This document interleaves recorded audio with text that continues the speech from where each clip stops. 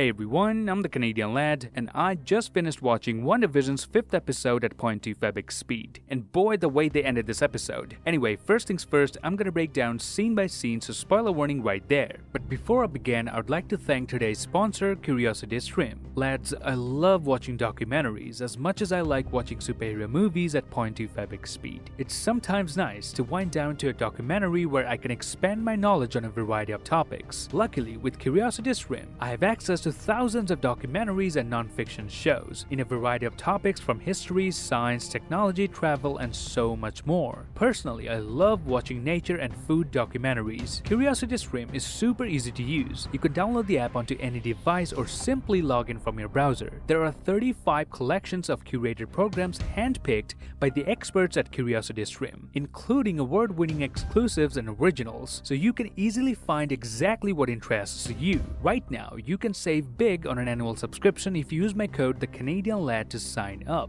It's just $40.99 for the whole year, so why not learn about something new by clicking the link in description to try Curiosity Stream today. Today's episode begins by showing us how Wanda and Vision are both struggling to take care of their twins, but notice Wanda looks much more exhausted than Vision, probably because Vision is only having to take care of his babies, while Wanda is literally dealing with the entire reality inside this town. And when she finally runs out of patience, she tries to use her powers to stop the twins from crying, but surprisingly that doesn't work. It gets established that Wanda does not have complete control over her kids. They grow without her permission, they do stuff without her knowing, and most importantly, they're kind of developing their own sets of powers already. With Wanda failing to calm down the babies actually start laughing at her, to which Wanda gives a very creepy response. Why won't you do what I want?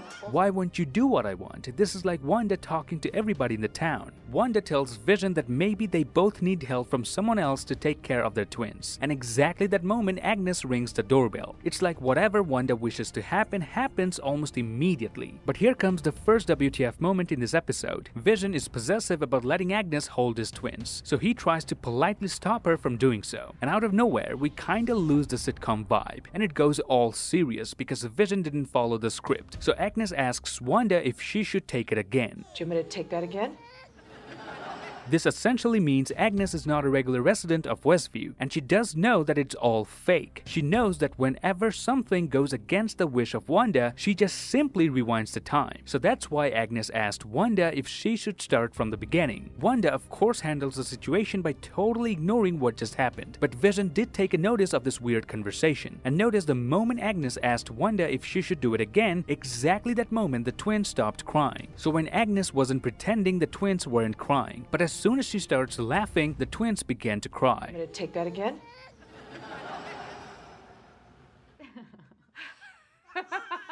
The twins finally stop crying, but Wanda and Vision see that the twins aren't even in their crib at all, only to find that they have now jumped 5 years ahead. But keep in mind this happened in front of Agnes. She saw that within a few minutes, Wanda's twins grew 5 years in real time, but despite that, she didn't react at all. In fact, she took it better than Wanda and Vision, almost as if she knew these babies are gonna grow old now. Throughout the entirety of this episode, it seems that the twins have the power to age themselves at will, first from babies to 5-year-olds, and later from 5-year to 10-year-olds. It also seems like they're aware of their powers, and that Wanda used her powers to bring their father back to life. Now notice, because the babies jumped 5 years, so Wanda celebrates their birthdays with a cake that has all the years together. And then we see the intro, and the lyrics playing in the intro music is just a reflection of what Wanda has gone through and is preparing to do. It says, "Forces may try to pull us apart. We're making it up as we go along. Through the highs and the lows, we'll be right, we'll be wrong. We're making it up as we go along. And there will be days we won't know which way to go, but we will take it higher. You're all I desire." This theme song borrows heavily from the classic 80s sitcom Family Ties and Growing Pains. Interestingly, Growing Pains had a spin-off, Just the 10 of Us, which starred WandaVision's director Matt Shakman. Then we come back to the real world. Monica Rambeau is now being tested for any clues that could help SWORD prevent Wanda from doing so. Monica says she tried, but she couldn't resist when she was inside Wanda's reality. She felt pain like she was drowning. She then meets Darcy for the first time, who apparently is a a fan of Monica. But notice Monica's test results. She doesn't show up on x-rays and they can't identify her blood. She seems to be aware of it too. Maybe she already has her powers, because remember, in the comic she even took the mantle of Captain Marvel. Director Hayward is now planning on how to deal with this problem now that he has first-person intel. This scene confirms what we have been speculating since last week's episode. Wanda actually stole the corpse of the Vision. She stormed into Sword's building and stole his body pretty easily. But by doing so, she not only broke the Sokovia Accords, but also Vision's own will, because Vision must have said during the time when he was alive that he does not want to live only to be used as a weapon by somebody else. And that is exactly what Wanda seems to be doing with him. So according to this episode, Wanda quite literally has the Vision's physical body, which we saw in the previous episode, and is reanimating it as she goes forward. Agent Wu then says Wanda was born in 1989. Born in Sokovia in 1989 to Irina and Oleg Maximov. We also come to know her parents' actual name for the very first time in the MCU. But notice the screen that has all the details about Wanda says she was born in 1988, not 89 like Agent Wu just said. Director Hayward also mentions Germany and Lagos. Germany is where Wanda went against the Sokovia Accords and fought the other half of the Avengers, and Lagos is why the Sokovia Accords exist in the first place. In Civil War, Wanda along with Captain America was in Lagos, Nigeria, and there she accidentally took the life of many civilians while trying to save Steve Rogers. So it was a mess that she didn't mean to make. And remember how Agent Wu was asking all the questions that we as an audience had? In this episode, he did it again.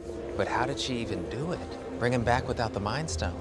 Who knows? Then Billy and Tommy find the dog outside their house. Can we keep him quiet, alone? Wanda and Vision both say that keeping a dog is a responsibility, and they're too young to be doing that. But surprisingly, Agnes comes with the doghouse, just like Vision suspected. All of this are slowly making Vision realize there's something wrong here, especially with Agnes, who seems to have all the answers even to the questions they didn't ask. Now notice the dog actively tried to kill itself by leaking the power socket and then eating some poisonous leaves. So what if Agnes killed the dog to try manipulate Wanda into bringing it back? Agnes knew that if the dog dies, Wanda's children will be sad, and will ask her to bring it back to life. So perhaps Agnes is trying to see if Wanda can really bring someone back from the dead, just like she did with Vision. Maybe Agnes needs to bring someone back too. Maybe it's her husband, who we haven't seen anywhere in the show yet. But here's where it gets interesting. In the comic, Vision's wife kills Sparky by feeding him the leaves of Wundagore Bloom, which allows her to see the future through scrying. And that plant comes from Mount Wundagore, which is Agatha Harkness's home. And in the show, Sparky dies by eating one of Agnes's azaleas. On the other hand, Monica, Darcy, and Agent Wu discover that Wanda is literally rewriting reality. It's not an illusion. They found it by testing the uniform Monica was wearing when she got kicked out of Wanda's reality. Even though her costume is like any other costume from the 70s, but it was 87% Kevlar. So this original uniform, which is a bulletproof vest that Monica was wearing when she got sucked into Wanda's world, just changed its shapes and sizes. But the original fabric and content remain the same. It still works as a bulletproof vest, just that it looks different so that it matches with 70s fashion. So all the props, clothing, and whatever's inside Westview are not an illusion. Wanda does not have the power to make something out of nothing. She still needs something in order to create something else. But Monica argues that she does have that ability because she almost took down Thanos all by herself. And that's where this happens. Well, I'd argue that Captain Marvel came close. We are not talking about her, we are talking about Wanda. So this sudden change of tone in Monica's voice as well as the looks on her face indicates that she has a no love-lost relationship with Captain Marvel. Perhaps she blames her for Thanos' snap, for not being able to stop him, because getting vanished was the reason she couldn't say goodbye to her mother. Vision then finally gets to know what is really happening inside Westview. He understands that Wanda is inside everyone's head, and is compelling them into doing things she wants. But I think Marvel is distracting us here. I mean, the way this episode was designed, it's normal to think that Norm was referring to Wanda when he said this. You have to stop her. She's in my head. Make her stop! But notice he kept saying she is doing this. Stop her. She is inside my head. He only says she and doesn't take any name. So even though it does look like he's talking about Wanda, but I really feel he's talking about Agnes here. And notice when Vision sets Norm free of Wanda's magic, he puts his hand on the side of Norm's forehead. This is exactly where Billy put his hand when he told the dog to speak. Good dog. Speak! Another detail I found from this scene is something we saw in the trailer. Look at how Vision sets Agnes free from Wanda's spell, almost identical to what he did with Norm. Sword now sends another drone to locate Wanda, but this time they sent a drone from the 80s so that it doesn't shatter into pieces when it enters Westview, and successfully so they're able to locate Wanda. But notice just before Wanda destroys this drone, both of her eyes light up red. But that's not the detail here. Notice she also leans her head ever so slightly. Just like I said in my previous breakdowns, that whenever Wanda wants to harm or kill anybody, she tilts her head ever so slightly, and that's exactly what happened here. But then we come to know that Director Hayward had different plans. He didn't tell Monica that the drone was armed, so he commands another officer to shoot Wanda, despite Monica's resist. She was totally oblivious to the actual plan of Hayward. The more screen time Director Hayward gets, the more hostile he seemed to get with Wanda. I have a crazy theory regarding Director Hayward, so please make sure to watch that video once you're done with this one. Right after taking out this drone, Wanda for the very first time walks out of her pocket dimension into the actual reality. But notice as soon as she leaves the make-believe sitcom life of Westview, all the vintage TVs stop broadcasting her sitcom, indicating there's a signal as long as Wanda is inside. When she isn't, there's no signal. Wanda then talks to Director Hayward and also addresses him as the director, so she knows who he is, and she simply gives a final warning to Sword. I mean, this is just a beautiful scene. Seeing Wanda mind controlling so many Sword officers and making them aim at the director is just Wanda then goes back inside Westview, and this giant energy field becomes red at the touch of Wanda. I literally got chills watching this scene. Immediately after came this commercial, where we see the same two children accidentally spilling a glass of juice on the table. The color of the juice is the same as Wanda's powers, like she used her powers to cause a mess in Lagos back in Civil War. Notice the juice is called Westview Juicery, and when the commercial shows us how good Lagos paper towels are, the drink this time represents the color of Vision's Mind Stone. It ends by saying, "For when you make a mess, you didn't mean to," which clearly is a nod to Wanda's mistake that took place in Lagos. Then the dog incident happens, and Wanda kinda gets the idea that she can even bring back her dead brother Pietro. But I see a lot of dissonance here. She's telling her kids to accept the dog's death, while she herself couldn't accept the death of Vision. And through this scene we learn again that Wanda is not in complete control of her children. She strongly asks them not to age up. But here's what I noticed. The twins aged up twice in today's episode, and both times Agnes was physically present in front of them and didn't get surprised at all. The fact that the twins only aged up in the presence of Agnes kinda tells me that she has something to do with it. Then we get a shot of Wanda's house from the outside. But notice the lights. The reflection is clearly red, while the light itself isn't. So maybe I'm getting physics wrong here. Or maybe Wanda is actually using her magic to light these bulbs up. Vision then confronts Wanda and screams at her for the first time. He tells her not to lie to him anymore, that he doesn't know who he was before he came to Westview. He has no memories of his previous life, which to be really honest is a scary thing to live with. But Wanda insists he doesn't want to know that. Wanda is really trying to roll the credits to get out of this argument. This is one of the most emotionally difficult moments in the MCU. They both get fired up, and there comes this scene, which if you stare at for as long as I have, you'll be able to figure out the letter M in the curtains. And why is that significant? Because this show is strongly based on the House of M comics. Wanda keeps telling Vision that she isn't in control of everyone in Westview, that she doesn't even know how all of this started in the first place, but Vision doesn't believe her. But I think she's speaking the truth, because there's someone ringing the doorbell, and Vision assumes that whenever Wanda is in a difficult situation, or whenever Vision tries to confront Wanda, there's always someone intervening and preventing them from having the conversation. But Wanda again says that she isn't doing this.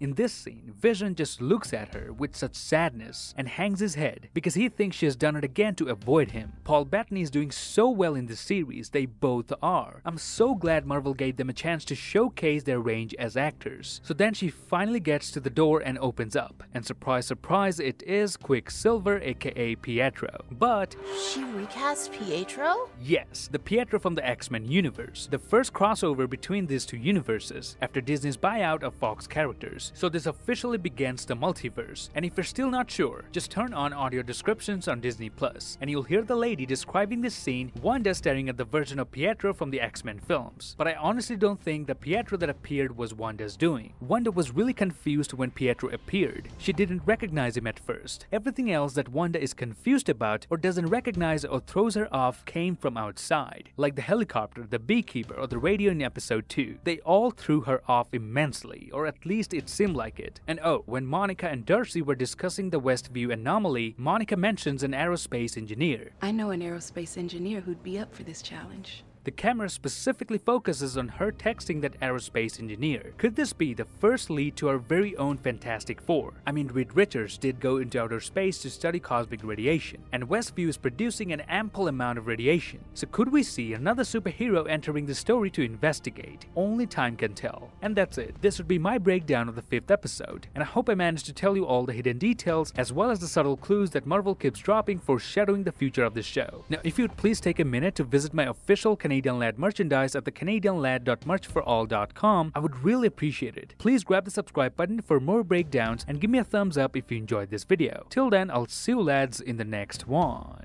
Negotiate with terrorists.